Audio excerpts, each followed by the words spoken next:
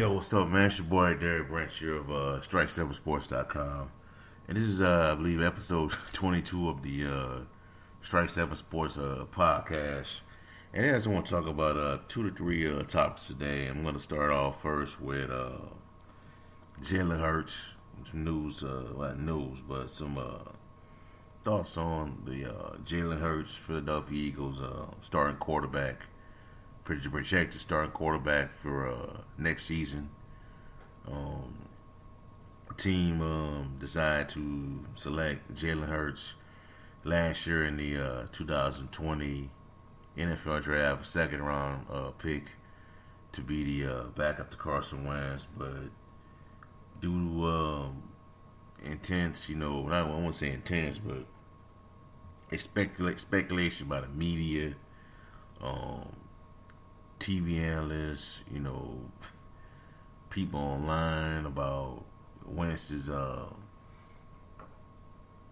struggles as a quarterback of the Philadelphia Eagles. He was later replaced by Jalen Hurts to become their starter.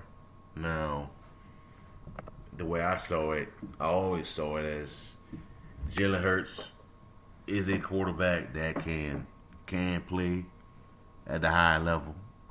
He saw him do it at Alabama. You saw him do it at Oklahoma. So at both, he has one of the better resumes in college football. I believe he only lost like 2 to 3 games in his career as a starter at both programs. Great resume. Was replaced by Tua Tagovailoa when at Alabama.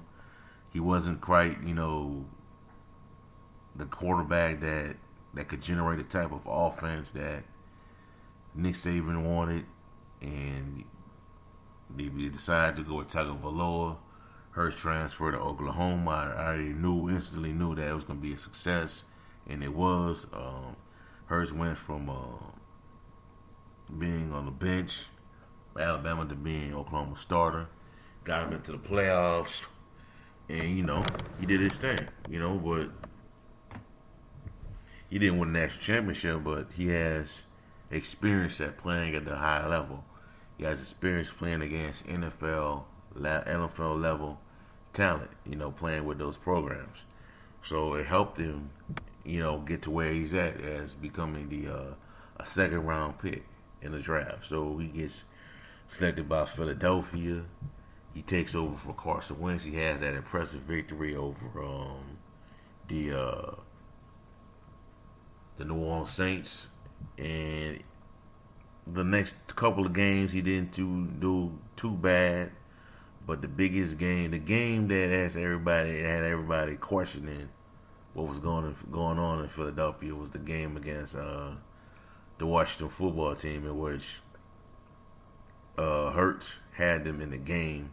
He had them winning it. Well, not winning it. Had them in the driver's seat to, I think tied at one point, and they decided to, I think, not go for a field goal, if I'm not mistaken, something like that. And they went for it, and it was just a bunch of mess, man. And Hurts was clearly, the Washington football team was clearly having an issue defending Hurts in the game. But Peterson, the Hurts get benched, and the excuse that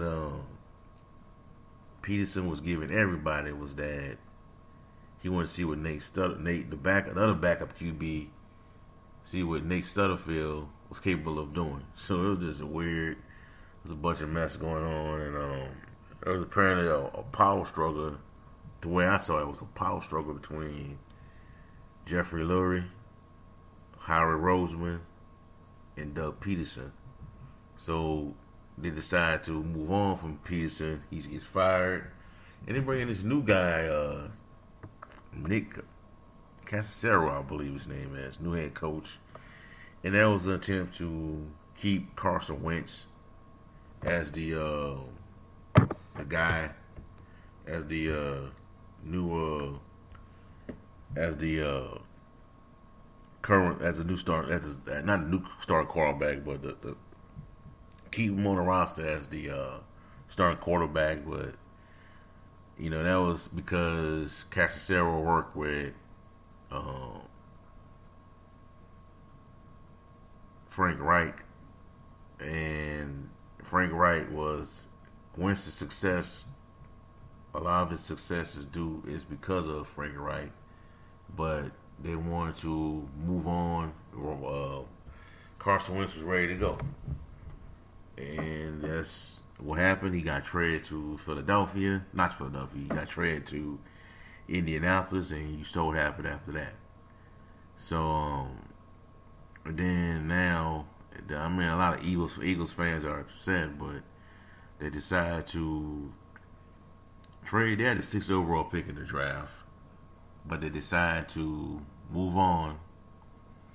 Decided to trade that pick to Miami, and now Miami has a 6th overall pick, and Philadelphia is picking at 12, I believe.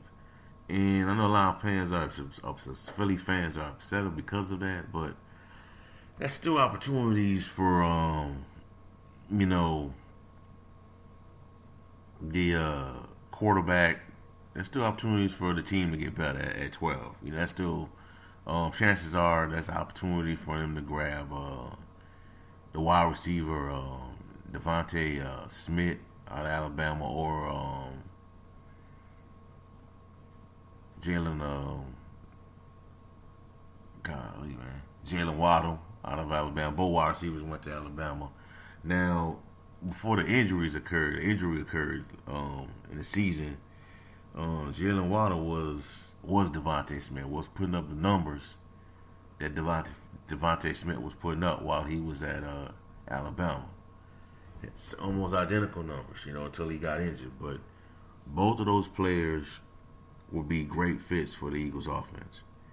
The Eagles, I mean, they're not that far off on offense, per se, outside the wide receiver position. They have Dallas Goedert, Zach Ertz still around. I'm hearing they may be traded, though. You got Miles Sanders. Jalen Reagor is a question mark, but they can get another guy to come in and contribute, such as a Devontae Smith or Jalen Reagor. It'd be great for the team. It'd be great for Carson Wentz. Not Carson Wentz. Jalen Hurts as a quarterback for the Eagles. Because I think he has a 1 year audition with that team. A 1 year to show that he is the guy. He is the guy that they want to build around going forward. He has 1 year to do that, and if they don't feel that he is that guy, they're gonna move on from him. I think they're gonna find a trade partner for him to move off from him, and go with another option. And I got a notification not too long ago, about a week ago, about the Eagles being interested in Desean Watson. And my take on that is that they just shouldn't even be interested in that, man. Just leave it alone and let Jalen Hurts, give Jalen Hurts the opportunity to prove himself to y'all. Y'all draft him in the 2nd round. Let him show y'all what he can do. Will Desean Watson make the team better? It's a possibility. Yeah. Yes, possible. Very possible. But you got, Desean Watson is caught up in legal issues right now, and we don't know when that's gonna clear up, or you don't know if Roger Goodell is gonna put him on the commissioner's non-exempt list. Your suspension coming or anything, jail time. You don't know, so why even try to get involved in that situation? And the Texans had their chances of moving on for Watson when they had a chance. Now they're stuck with him. So it is what it is. Let Jalen Hurts, just give Jalen Hurts just 1 year to show you, to prove, that he can do it, And for Jalen Hurts to succeed, he's gonna have to go out and show them, put the doubt erase the doubt that they have in their mind of, hey, look, is he the guy that we want to build around next year or no? And going forward or no? He has to do that. And hopefully the Eagles give him a fair shot at doing that, and that's by drafting the right talent around him. They got they got the picks. They traded down, and there's an option. They're going to be option at number 12, man. So we'll see how it goes, man. Hopefully Hurts can get the opportunity that he looking for, and get the team in the a fighting chance to control a playoff spot. Because depending on what you're listening to, the NFC East is still winnable, a winnable division. You got the Washington football team with Ryan Fitzpatrick as the quarterback. I think that was just to me, I just think they settled, for that. But they're selling with this Ryan Fitzpatrick, so they can still win that. Philadelphia still can win that division. You got Dallas, who's I've been hearing this. Jerry Jones is kind of fascinated with the idea of drafting Kyle Pitts, the tight end out of Dallas, out of Florida. So, and then they got defensive issues. So Eagles got a good Eagles next to Washington football team. They have a good defense. They got weapons. You got, like I said, Miles Sanders, Dallas Goedert, Zach Ertz. If he's still there. Waiting on Jalen Hurts to come through. He put another guy opposite of him. Maybe can develop some chemistry. And you never know what you might have right there, But we'll have to see how it goes, man. Interesting situation going forward, man. Because I just think it's just a weird situation with the Eagles. With their ownership, their front office. I'm just hearing, they're trying. I heard something about them trying to get back into the top 8, top 10 of the draft now. I'm like, really? And it just hurts. It's just, give him the opportunity, give him the keys for a year, and see how it goes. But anyways, man, I'm going to a quick break. A little commercial break, pay some bills, and be right back with my next topic.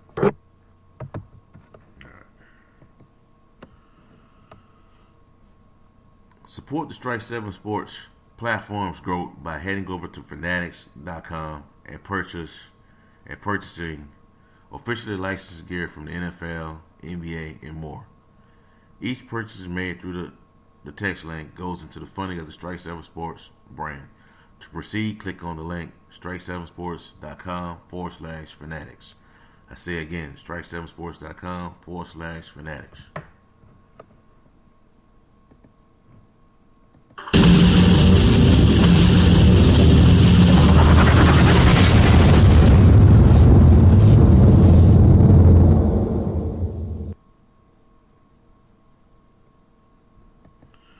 Alright, back. So, the next story is Dwayne Wade buys ownership stake in the Utah Jazz. Wants hands-on role. So, I got this is cool, man. I think it's a good story. I'm kind of surprised that it's the Utah Jazz, but, it's business.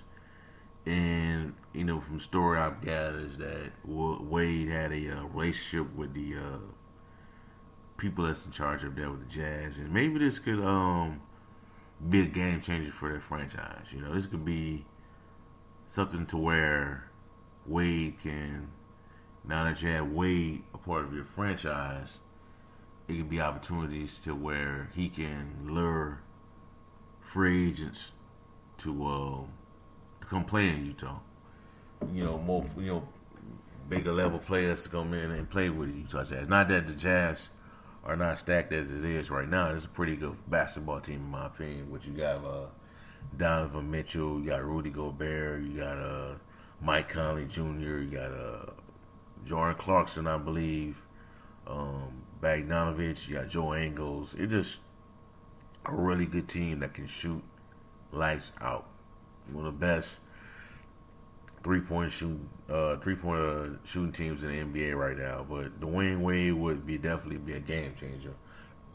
He was to become part. Well, he is going to become part of this franchise, but we're just going to see what type of role he's going to take. But I'm going to read the report from Adrian Wojnarowski from ESPN. Hold on, give me a little drink of water, real quick. Give me a second.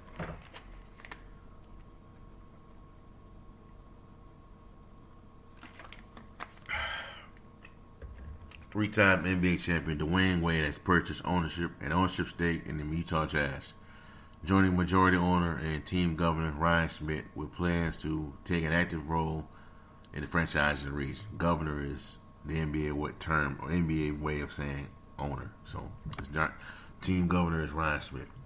Wade, an 8-time All-NBA player with the Miami Heat, is the latest of several Hall of Fame level players with ownership stakes, including Grant Hill, Atlanta Hawks, Shaquille O'Neal, Sacramento Kings, and Charlotte Hornets majority owner Michael Jordan. Magic Johnson had a 4% stake in the Los Angeles Lakers. This goes way beyond the dream. I had to just play This goes way beyond the dream. I had to just play basketball in the NBA. Wade told ESPN. I've seen Shaq do it in Sacramento. I've seen Grant Hill do it in Atlanta. I've seen Jordan do it in Charlotte. If this partnership is going to be anything like my relationship is with Ryan, there are going to be a lot of things that I will want to be involved in. Unfortunately, people in my community don't get this opportunity, and I do not take it lightly to have this opportunity to make real change. This is where you have to be at the top, and Ryan knows that. I'm thankful for him, and I know too that I bring a lot to this partnership aside of just my basketball knowledge and skills. Wade, 39, met Smith in San Clemente, California golf course shortly after his retirement from playing in 2019. They became best friends. Wade wanted to understand about Smith's tech empire, including his company, Qualtrics, and calls him a mentor. Smith, 42, raised the idea of Wade joining the ownership group upon completing a $1.66 billion purchase of the Jazz in October. The NBA has a bylaw that ownership stakes can be no less than 1% of the team, but Wade's financial investment in the franchise is not immediately clear. Wade joins a small ownership group that includes Smith and his wife, Ashley, investor and XL partner Ryan Sweeney, Atlassian co-founder Mike Cannon-Brooks, and the Miller family, which previously on the team. All right, so that being said, this is a good move for Dwayne Wade. Now, when he says he can have a stake in the ownership of the team, what part of the team is he gonna? What aspect of the team is he gonna be in charge? He gonna try to get involved with? Is that the more of the business side of the team, or is it more of he's going to have a hand in the basketball operations, the on-the-court operations, as far as player personnel, movement, contract negotiation, things of that matter, draft. Interesting, is he going to run it? He's going to be involved the way Matt Johnson is going to be involved, whereas he doesn't want to be an actual, executive, but wants to do he doesn't want to do the daily taskings, daily duties of a executive, of a NBA executive, but wants to make the moves of it, just get the, have the title. You know what I'm saying? I'm just interested to see how he does this going forward. How is he going to be in charge of his team? Because like I said, man, if you got a guy like Dwayne Wade on your that's a part of your franchise, it could be a major selling factor, a major selling point to where the Jazz can go as a team, as a contender, as a major player in the Western Conference, man. It could be in this team is playing in a small market it could be so much. It could mean so much, because you could have another star come to want to play with Donovan Mitchell and Rudy Gobert. Now the team is already one of the premier teams in the Western Conference right now, outside of the Los Angeles Lakers. Even though they're the fifth seed right now, the Los Angeles Lakers, the LA Clippers, you got the Golden State Warriors. Even though they're not at their full strength right now, they're already one of the top 3 to 4 teams in the Western Conference when Steph, Draymond, and Clay is on the court. They are one of the best teams in the NBA. So the Jazz is part of that group. They got a good team. They're like the number 1 seed in the West right now.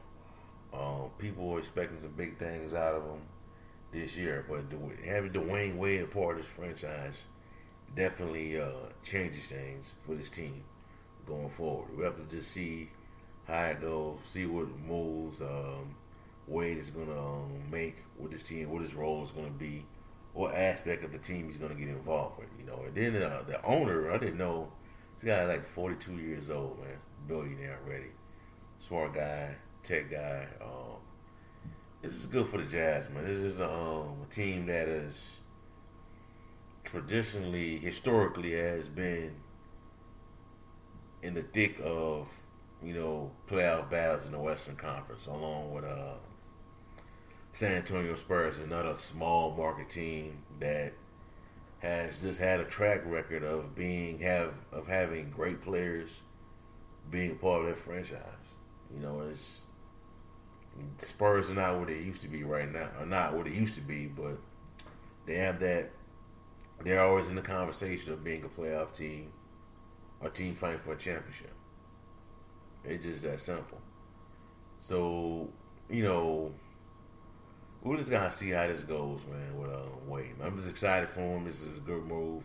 I think it's good for the NBA. I'm glad that he went to a small market team, joining small market teams ownership compared to somewhere such as let's see here, Brooklyn or Philadelphia, Boston.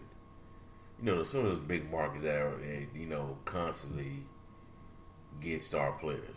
Somewhere where Utah would have to build through the draft and develop their stars and use their cap situation wisely. Excited for D-Wade, man. But anyways, man, let me get off here, man. That's all I have for y'all for right now, man. If you listen to this video on YouTube, give me a like, comment, subscribe to the channel. Let me know how you feel about the situations, the topics I talked about in this podcast. If you listen to it, I'll listen to this on Spotify, Anchor, Spreaker. Give me 5-star ratings. Leave your comments in the comment section below on any of these topics that I've talked about today. And let me know what do you think about Dwayne Wade ownership